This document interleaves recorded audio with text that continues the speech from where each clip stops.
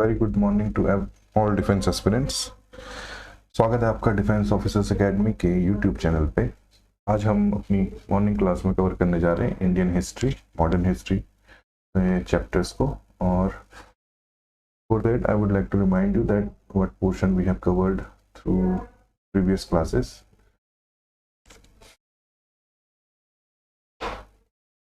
Okay, तो अभी तक हम इसमें कवर कर चुके हैं अराइवल ऑफ यूरोपियन कंपनीज, ये हमने पूरा देख लिया था। और इसके क्रम में हमने पोर्चुगीज, डच, ब्रिटिश, फ्रेंच और डेनिश यूरोपियन पावर्स के बारे में देखा था, और ये जाना था कि कैसे इन सब के बीच से उभर कर ब्रिटिश पावर सामने आती है। The second chapter which we are going to do today is the British conquest in India, and the first thing in that is the acquisition of Bengal. तो हम सीधे एक्विजिशन ऑफ बंगाल पर जाते हैं। पिछले चैप्टर की जितनी भी बातें हैं वो आपको प्रीवियस क्लास में मिल जाएंगी। So now after the arrival of European companies, the British conquest of India started. इसमें हमने कुछ चीजें डिस्कस कर ली थी प्रीवियस क्लास में, जैसे कि why British conquest in India.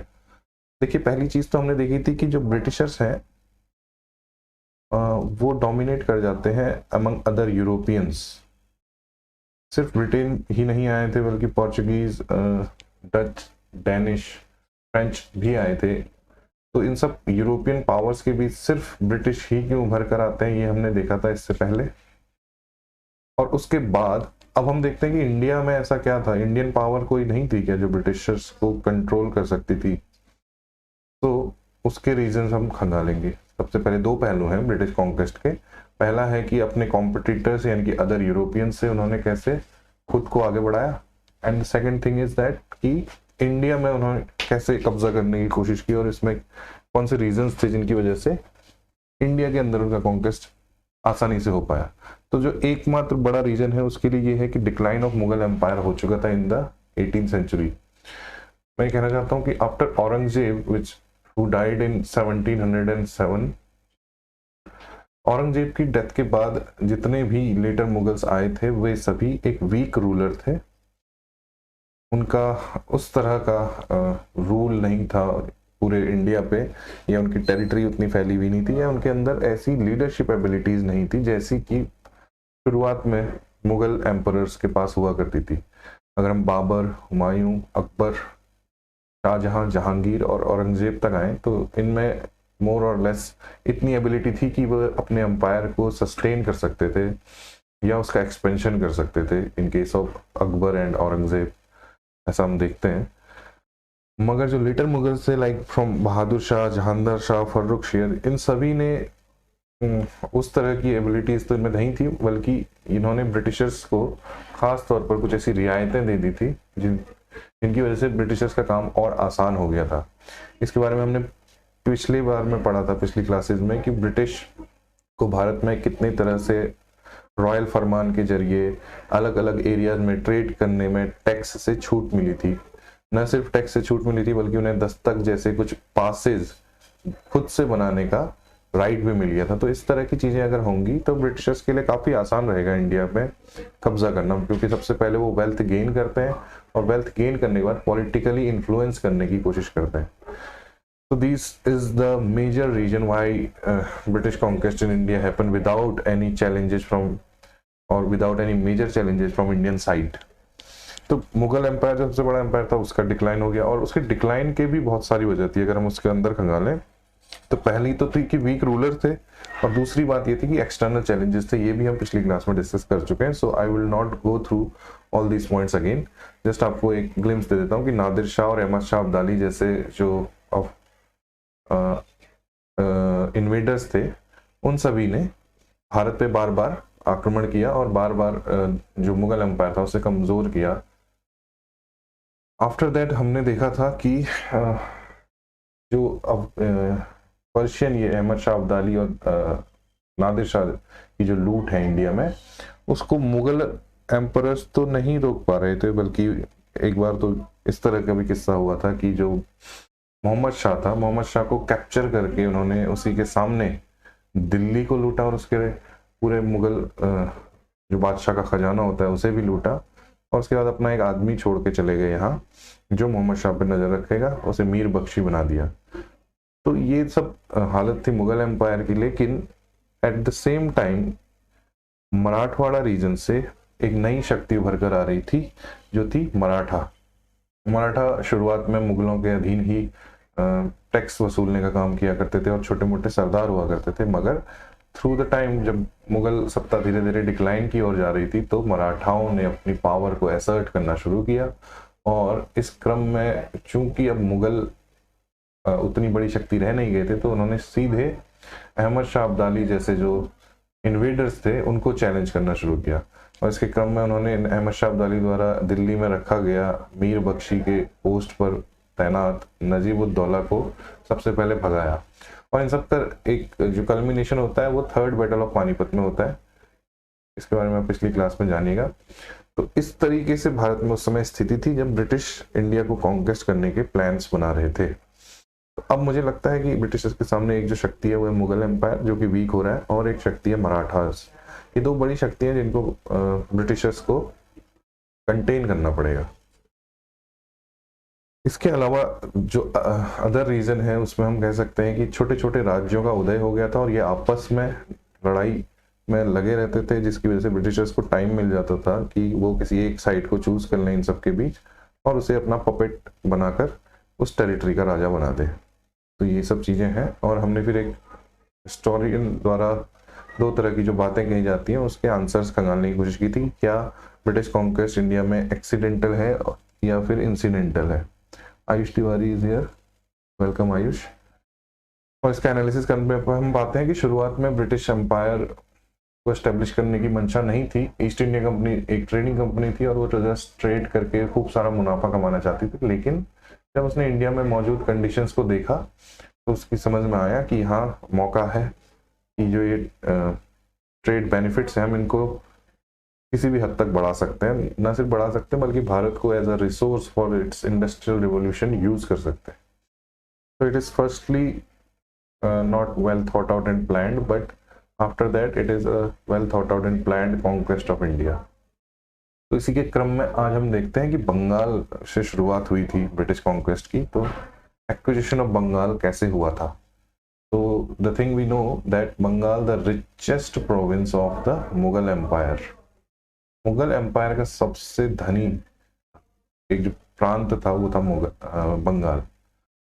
It included, अब जो बंगाल, हम जिस बंगाल की बात कर रहे हैं उसकी कैसी बाउंड्रीज थी, वो कौन सा एरिया था? तो it included present day Bangladesh and its Nawab had authority over the region constituting present-day states of Bihar and Odisha.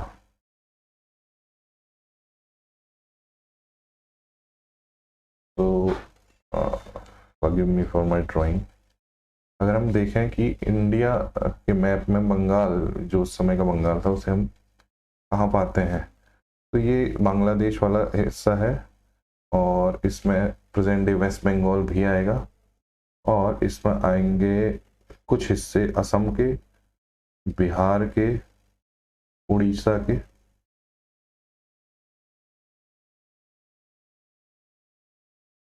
मोटा मोटी आप समझ सकें इसलिए ड्रॉ किया जा रहा है। It is not accurate, so forgive me for that. Okay, अगर हम इसे भारत मान लें फॉर टाइम बीइंग, ये हिस्सा कुछ ज़्यादा लंबा हो गया, बट और इस हिस्से पे हम समझें कि ये है, इसमें प्रेजेंट डे बांग्लादेश है,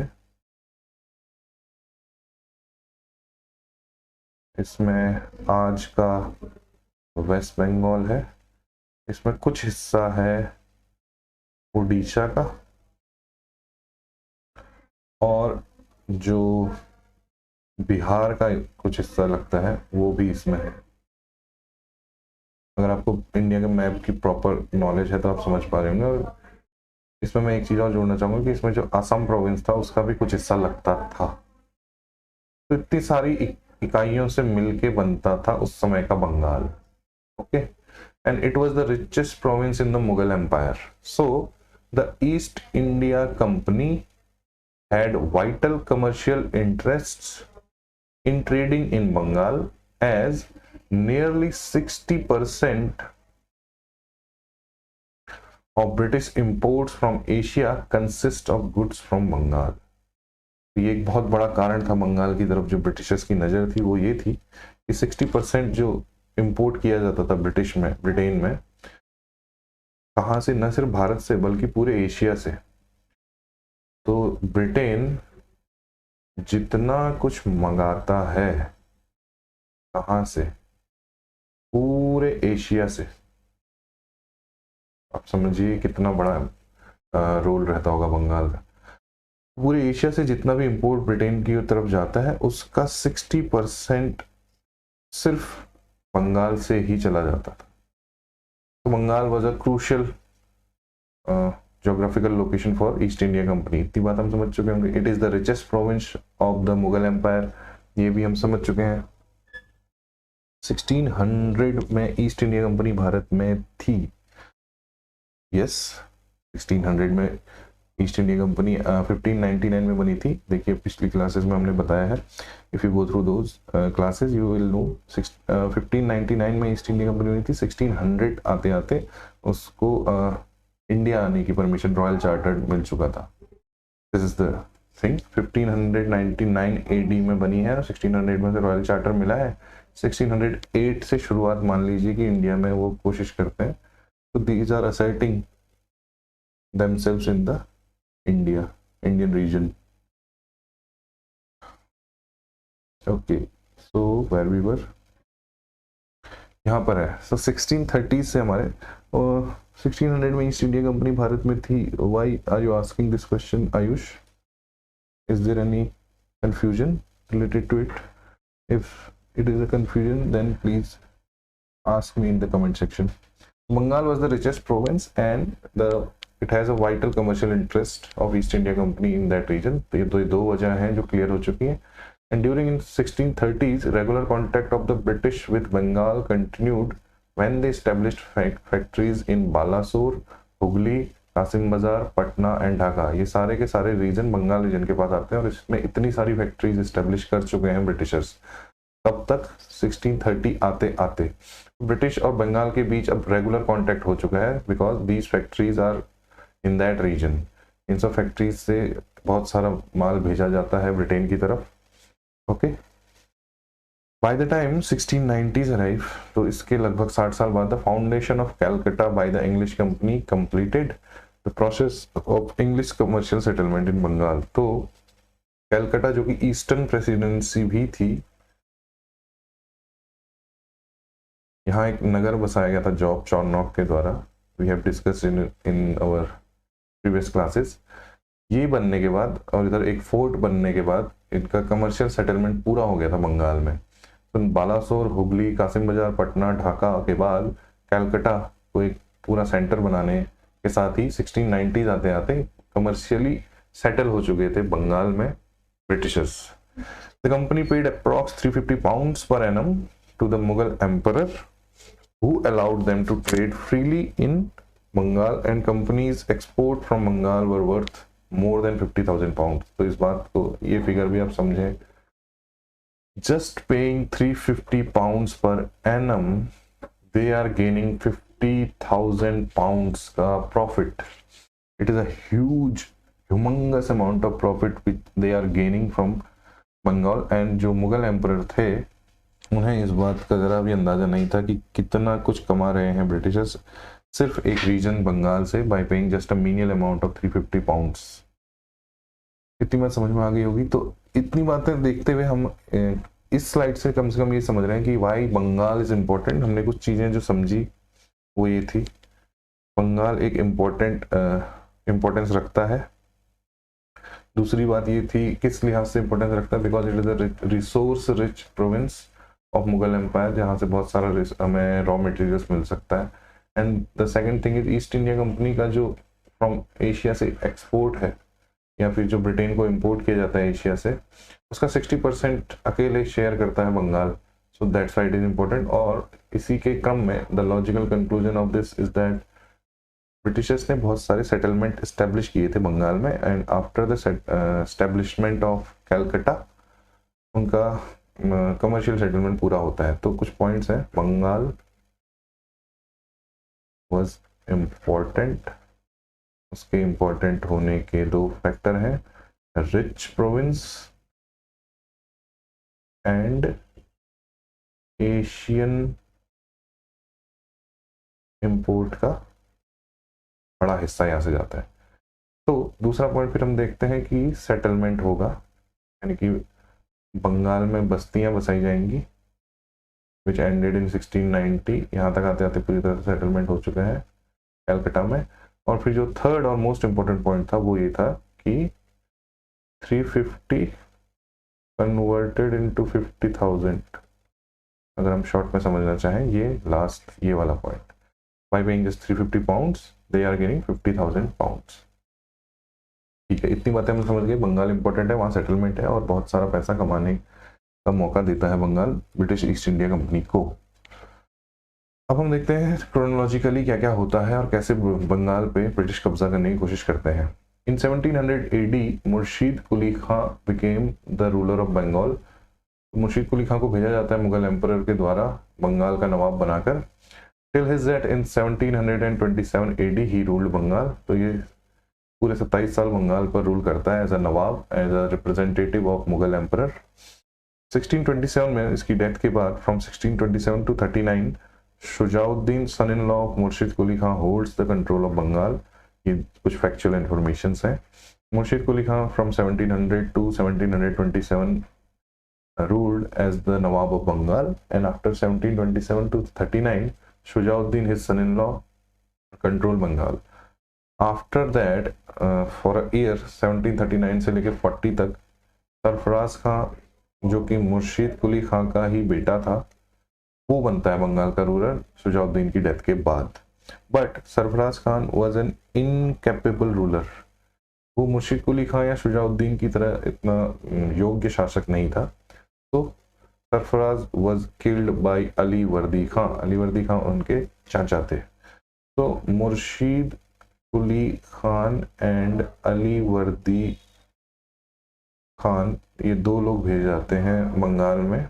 इसमें मुर्शीद कुली खान बड़े भाई बन जाते हैं नवाब, और ये संभालते हैं सेना और इसकी जिम्मेदारी। मुर्शीद कुली खां की ही फैमिली से नवाब लगातार बनते जा रहे थे। जैसे कि आपने देखा होगा, पहले शुजाउद्दीन बनते हैं जो उनके दामाद है, और देन सरफराज बनते हैं। तो जो अली वर्दी खां है उनकी पॉलिटिकल एस्पिरेशन भी जागती है और उन्हें ज़रूरत भी महसूस होती है कि बंगाल में किसी भी इनकेपेबल रूलर का आना बंगाल के डिक्लाइन की वजह बनेगा। तो वो खुद को असर्ट करते हैं और अली वर्दी खां रिप्लेस कर देते सरफराज खान को इन 1740। और उसके बाद Ali Vardi Khan ruled till 1756 and he also stopped paying tributes to Mughal emperor. तो अली वर्दी खां की अपनी एस्पिरेशंस भी जागने लगती हैं इसके बाद, जब वो सरफराज खान को हटाकर खुद नवाब बन जाते हैं बंगाल के।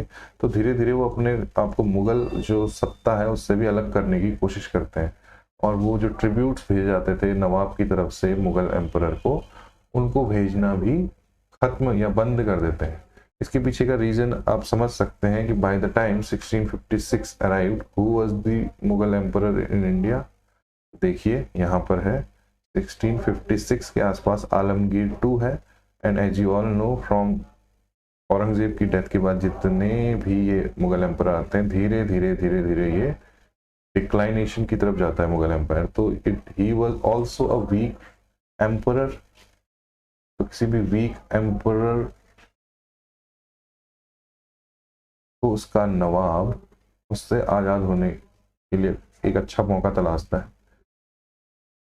Everyone wants to be the king on his own.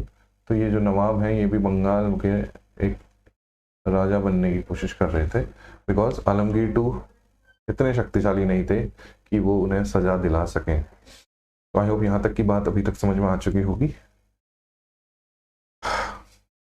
From 1700 to 1756 की कहानी हमने देखी। First Murshid Quli Khan, then Shujauddin, then Sarfaraz Khan and then Ali Vardi Khan. और अली वर्दी खां आते आते मुगल एम्परर से मुक्त होने की कोशिश शुरू हो गई है।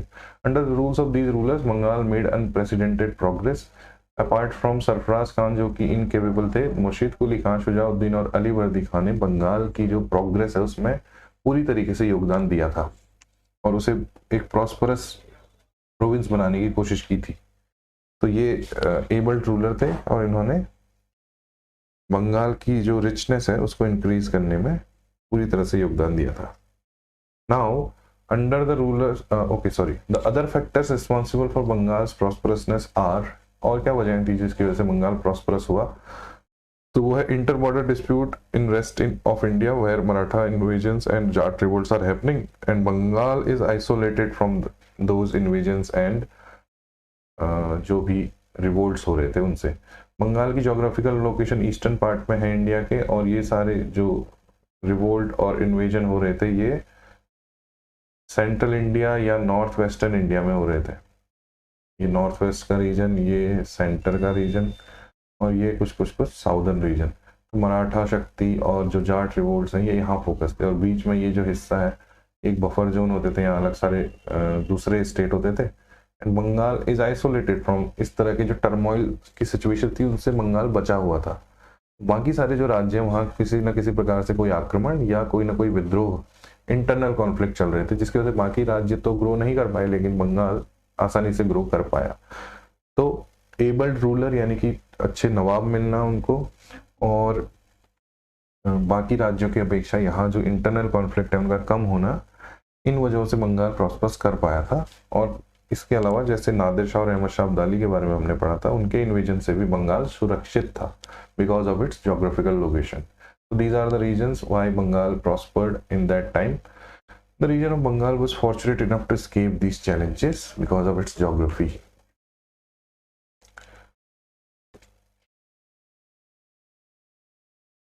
तो अगर हम इतनी बात समझ चुके हो तो देखते हैं next slide. Almost all the governors of Bengal strongly resented the special privileges enjoyed by the English company as it meant a huge loss to the provincial exchequer.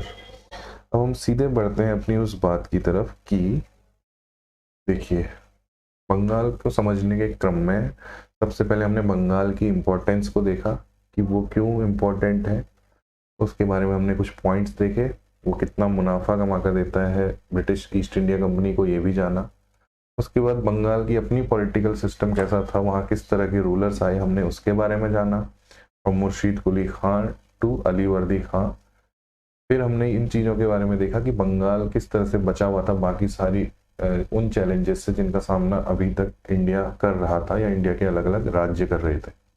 इतनी सारी बातें समझ लेने के बाद अब हम आते हैं अपने मुख्य मुद्दे पर कि ब्रिटिश जो है वो पिक्चर में कैसे आते हैं। ब्रिटिशर्स को बहुत सारे रियायतें थी बंगाल प्रोविंस में, जैसा कि आपको मालूम है, पिछली क्लासेस में हमने पढ़ा है कि फर्रुखशियर नाम के मुगल एम्परर ने 3 रॉयल फरमान्स जारी किए थे ब्रिटिश ईस्ट इंडिया कंपनी को, और जिसके तहत 3 रीजन, उनमें से एक है बंगाल। अभी हम इस पे फोकस करते हैं। बंगाल में उन्हें टैक्सेस से छूट मिल गई थी, एक हिसाब से उनका ट्रेड जो है टैक्स फ्री हो गया था बंगाल में। इसके लिए उन्हें सिर्फ एक छोटी सी फीस जमा करनी पड़ती थी एनुअली, और उसके बाद जितना भी टैक्स कलेक्शन होना है बाय द ट्रेड वो एग्जेम्प्ट कर दिया जाता था ब्रिटिश ईस्ट इंडिया कंपनी का।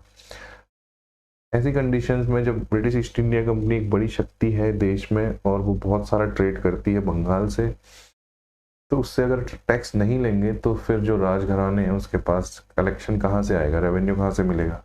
और इसको समझा जो कि बंगाल में ग्राउंड लेवल पर जितने भी नवाब वहाँ पे पोस्टेड थे बाय मुगल एम्पायर, उन लोगों ने इसका कड़ा विरोध किया कि आप why are you giving special privileges to English company, क्योंकि इसकी वजह से हमारे जो सरकारी खजाना है, जो एक्सचेकर है, उसको भारी नुकसान हो रहा है।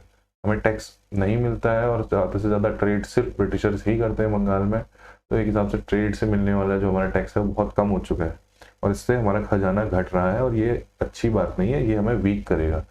ये सारी बातें जो बंगाल में नवाब थे उन लोगों ने महसूस की और अपना विरोध भी दर्ज किया था। मगर क्योंकि मुगल एम्पायर अपने डिक्लाइन की तरफ था तो इस तरह की बातों पर उन्होंने ध्यान नहीं दिया और एक डायरेक्ट कॉन्फ्लिक्ट या डायरेक्ट फ्रिक्शन पैदा होना शुरू हो चुका था कि जो ब्रिटिशर्स हैं और जो बंगाल के नवाब हैं उनके बीच।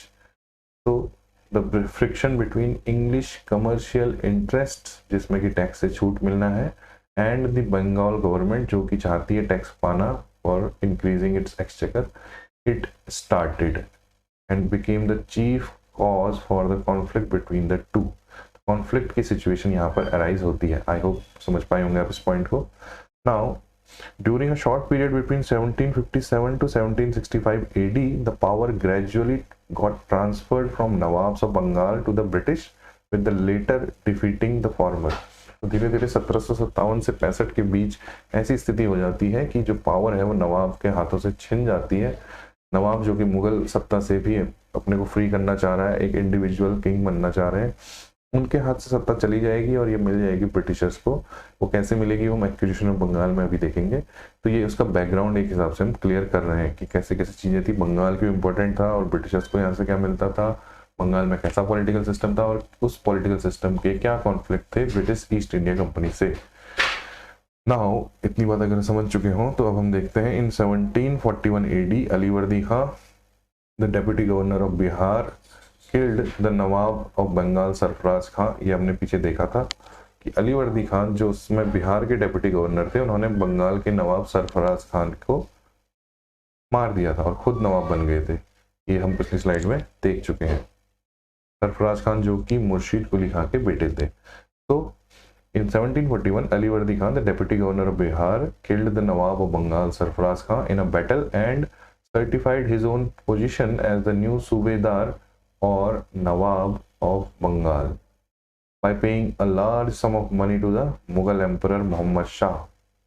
ये देखिए शुरुआत में जब इसे नवाब बनना है या फिर नया सूबेदार बनना है बंगाल का, क्योंकि उन्होंने बंगाल के नवाब को मार डाला है. बंगाल के नवाब को मार डालने का मतलब है कि मुगल एम्परर के एक नुमाइंदे को मार डालना. तो उससे बचने के लिए शुरुआत में तो अलीवर्दी खां पे करते हैं मुगल एम्परर मोहम्मद शाह को बहुत सारा पैसा, और इससे मोहम्मद शाह उनके इस एक्ट को माफ कर देते हैं और उन्हें बंगाल का सूबेदार बना देते हैं. लेकिन लेटर ऑन अलीवर्दी खां खुद को असर्ट करेंगे और धीरे धीरे जब तक आलमगीर 2 आएंगे मुगल एम्परर बन के, तब तक वो मुगल एम्पायर को जो ट्रिब्यूट्स या जो गिफ्ट्स या जो भी टैक्स कलेक्शन है भेजा जाता था वो भेजना बंद कर देंगे. ओके, सो 1741 की ये कहानी है. Alivardi Khan's apprehensions were drawn to the Carnatic region where European companies had usurped all power. On realizing this, he was urged to expel the Europeans from Bengal. But देखिए अलीवर्दी खां के मन में, क्योंकि वो चाहते थे बंगाल में अपना सेल्फ रूल, तो धीरे धीरे वो मुगल एम्परर से तो आज़ाद होने की कोशिश करेंगे ही, उसके साथ ही जो ये एक्सचेकर जो बंगाल का सरकारी खजाना है उसको जो नुकसान पहुंच रहा है उससे बचने के लिए भी उनका ध्यान जाएगा ब्रिटिशर्स की तरफ. जब वो ब्रिटिशर्स की तरफ ध्यान देते हैं तो वो कार्नेटिक वॉर जो समय चल रही थी, जो हम पढ़ चुके हैं 3 कार्नेटिक वॉर, उनके ईयर से आप मैच कीजिएगा इस बात को. कार्नेटिक रीजन में वो देखते हैं कि ब्रिटिशर्स कैसे धीरे धीरे वहाँ के लोकल राजाओं से सारी शक्ति खुद के ऊपर या खुद ले लेते थे या हड़प लेते थे. यूसर्व्ड ऑल द पावर्स. और इस बात ने कान खड़े किए अलीवर्दी खान के. उन्होंने इस बात को ज़रूरी समझा कि बंगाल का जो इलाका है यहाँ से यूरोपियंस को बाहर करना ज़रूरी है, उन्हें भगाना होगा. अगर इस तरह की चीज़ बहुत पहले समझ में आ चुकी होती बंगाल के नवाबों के, तो ब्रिटिश कॉन्क्वेस्ट इतना आसान नहीं होता. और अभी भी अगर अलीवर्दी खां को ये बात समझ में आ गई थी तब भी ब्रिटिश कॉन्क्वेस्ट आसान नहीं होने वाला था. लेकिन किस्मत ने एक टर्न लिया है. बट ही डाइड इन अप्रैल 1756. लेकिन 1756 में अलीवर्दी खां की हो जाती है death and he was succeeded by his grandson Siraj ud Daula, son of Alivardi's youngest daughter. तो अलीवर्दी खां जब तक ये रियलाइज करते कि उन्हें यूरोपियंस को यहाँ से बाहर करना है तब तक उनकी डेथ हो गई. और देन हमको मिले एक नए नवाब जिनका नाम था सिराजुद्दौला, और ये ग्रैंडसन थे अलीवर्दी खां के, उनकी सबसे छोटी बेटी के बेटे थे. ये बंगाल के एक्विजिशन की शुरुआती कहानी है. बंगाल का एक्विजिशन इतना आसान नहीं है और इतनी जल्दी आसानी से हम नहीं समझ पाएंगे बंगाल का एक्विजिशन कैसे हुआ. उसको आसानी से अगर समझना है तो हमें उसका बैकग्राउंड देखना होगा. और उसका बैकग्राउंड में फिर से मैं तीसरी बार रिपीट करता हूँ कि हमने क्या क्या देखा है कि बंगाल सबसे पहले एज अ जोग्राफिकल एंटिटी क्यों इम्पोर्टेंट है उसके बारे में हमने कुछ पॉइंट्स डिस्कस किए थे। ये सबसे रिच प्रोविंस था मुगल एम्पायर का। ईस्ट इंडिया कंपनी का जो एशिया से इंपोर्ट है टोटल टू ब्रिटेन, उसका 60% अकेले बंगाल से होता था। और इसके अलावा एक बहुत कम फीस एनुअल अमाउंट की पे करने पर मुगल एम्पायर को ब्रिटिश ईस्ट इंडिया कंपनी को यहाँ से लगभग 200 टाइम्स या 300 टाइम्स ज़्यादा मुनाफा होता था। इन सब वजहों से बंगाल इम्पोर्टेंट था। दूसरी बात, बंगाल में जो पॉलिटिकल सिस्टम था वो मुर्शीद कुली खान से होते हुए अलीवर्दी खान तक आते आते काफ़ी एबल्ड नवाबों के बीच ये बंगाल रहा था, और बंगाल को बहुत सारे जो बाहरी रिवोल्ट्स और जो आक्रमण हो रहे थे भारत पे उनसे भी बचा हुआ था as its geography allows it. इन सब वजहों से बंगाल प्रॉस्पर करा because of abled nawabs and its geographical location, और वहाँ के पॉलिटिकल सिस्टम में इस तरह की चीज़ें थी।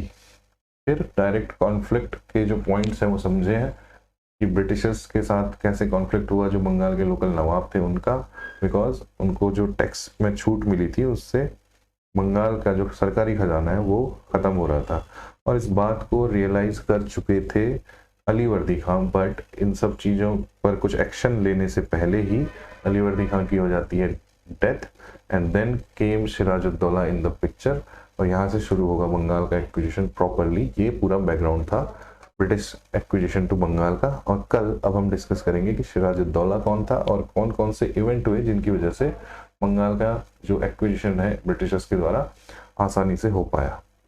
तो आई होप आपको आज की क्लास पसंद आई होगी। If you like the video please do share this to your friends also. और अगर आपको कोई क्वेरी हो regarding NDA CDS exams admission and our classroom programmes, then you can contact the given numbers which are flashing on your screen. Till then, all the best for your preparations. Bye bye.